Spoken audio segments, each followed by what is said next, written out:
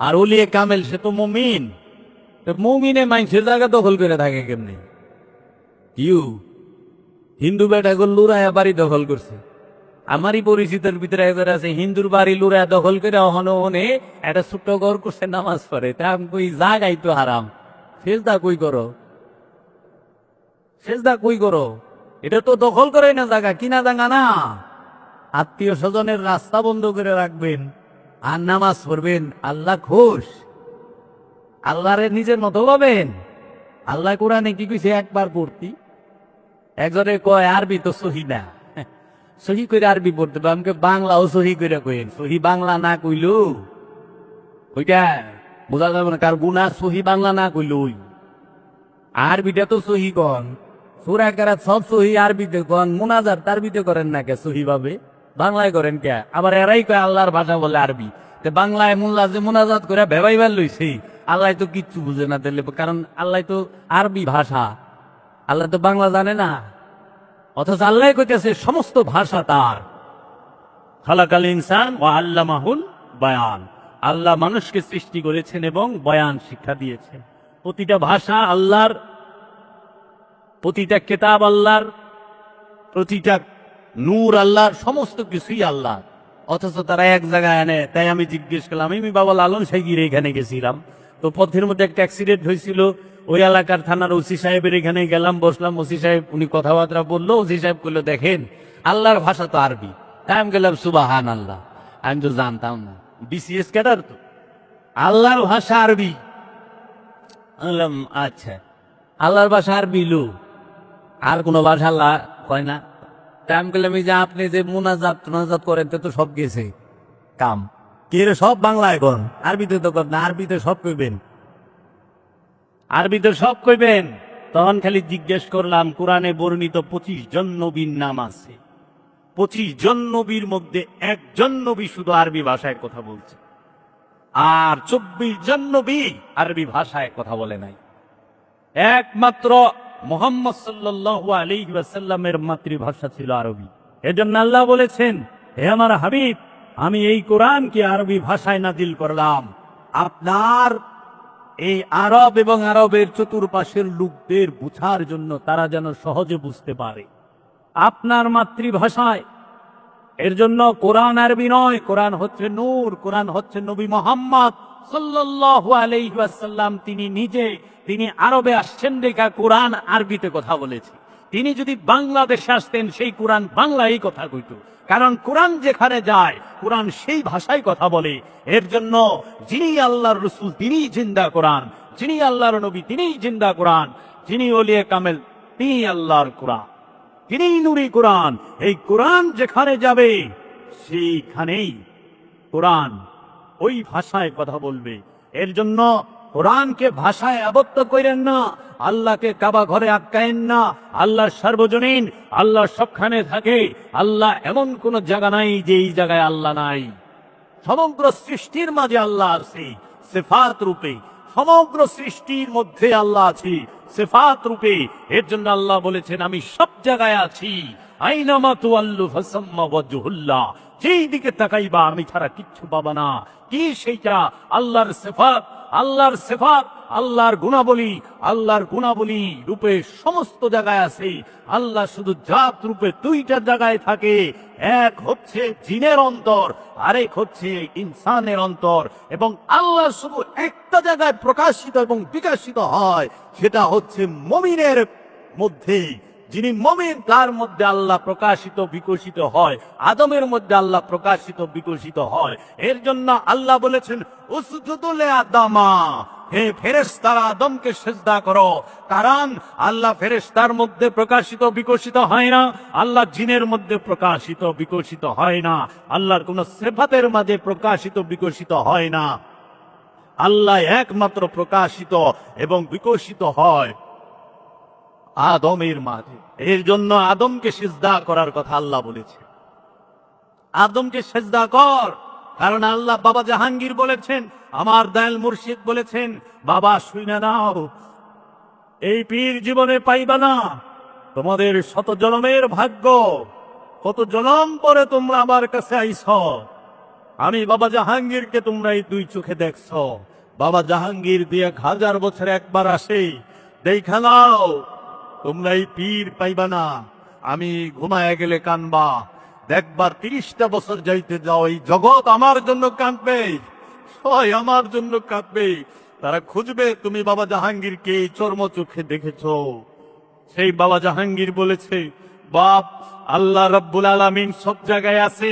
ইউসাব্বিহু লিল্লাহি মা ফিস সামাওয়াতি ওয়া মা ফিল আরদ। আসমান জমিনে যাহা কিছু আছে সমস্ত কিছু আল্লাহর তাসবিহ পাঠ করে, সমস্ত কিছু আল্লাহর তাসবিহ পাঠ করে, আল্লাহর জিকির করে, আল্লাহর গুণগান গায়। সেটা কি রূপে? সিফাত রূপে। যে পীর, যে মুরিদ, সে নিজে জানে না আল্লাহর যে দুইটা রূপ, এক রূপ জাত, আরেক রূপ সিফাত। একটা হচ্ছে গুণাবলী রূপ, আরেকটা হচ্ছে মূল রূপ।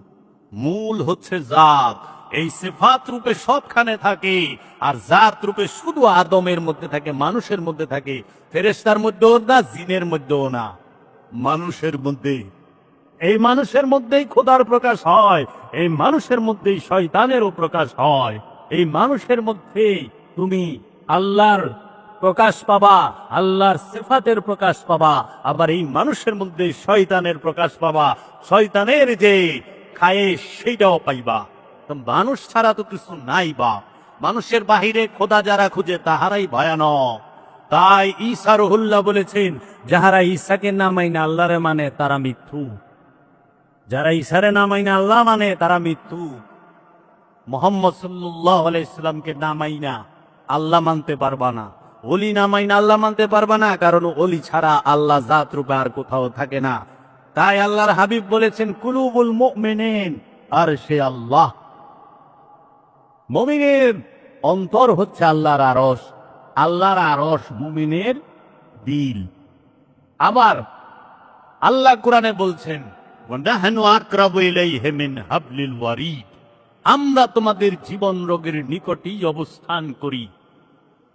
ওহুয়া মাকুম আইনা মা কুনতুম, তুমি যেখানে আমিও সেখানে। এটা কাকে বলছে?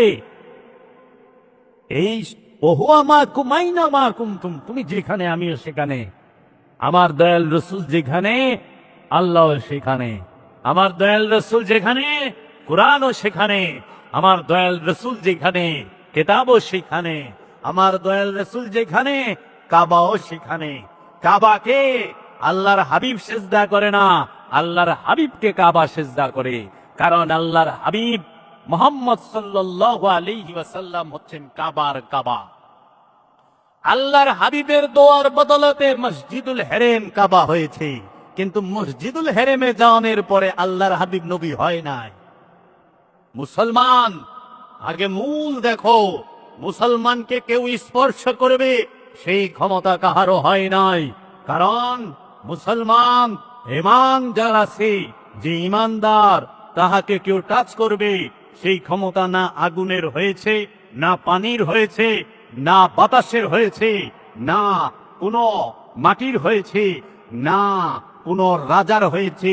আমি প্রমাণ দিয়ে দিচ্ছি, যে আল্লাহর হয়ে যায়, যে আল্লাহর ইব্রাহিম খলিলুল্লাহ নমরুদ আগুনে ফেলারে দিল, যিনি নিজেই আল্লাহর রূপ হয়ে গেছে, তখন আগুনে ফেলে দেওয়ার পরে আল্লাহ বললেন, কুল্লা ইয়া নারু কুনি বারদাও ওয়া সালামুন আলা ইব্রাহিম, হে আগুন শান্ত রূপ ধারণ করো, কারণ তোমার মাঝে আমি রব্বুল আলামিনের নূর এসে গেছে।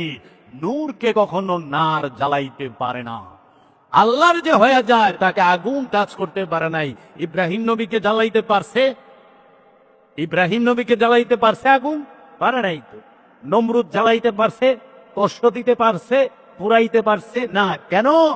ইব্রাহিম নবী আল্লাহর, আর আল্লাহ ইব্রাহিম নবী। এর জন্য আসো পানি, সে কি পারে? যাও ইউনুস নবীর দিকে তাকাও। ইউনুস নবীকে মাছে গিলা খাইলো। ইউনুস নবী তাহাকে দুইটা মাছে গিলা খাইলো। পানির মধ্যে অক্সিজেন সিলিন্ডার নাই। ইউনুস নবী দুইটা মাছের পেটের মধ্যে সাগরে ভ্রমণ করতেছেন। 40 দিন পর্যন্ত সেইখানে রইলেন।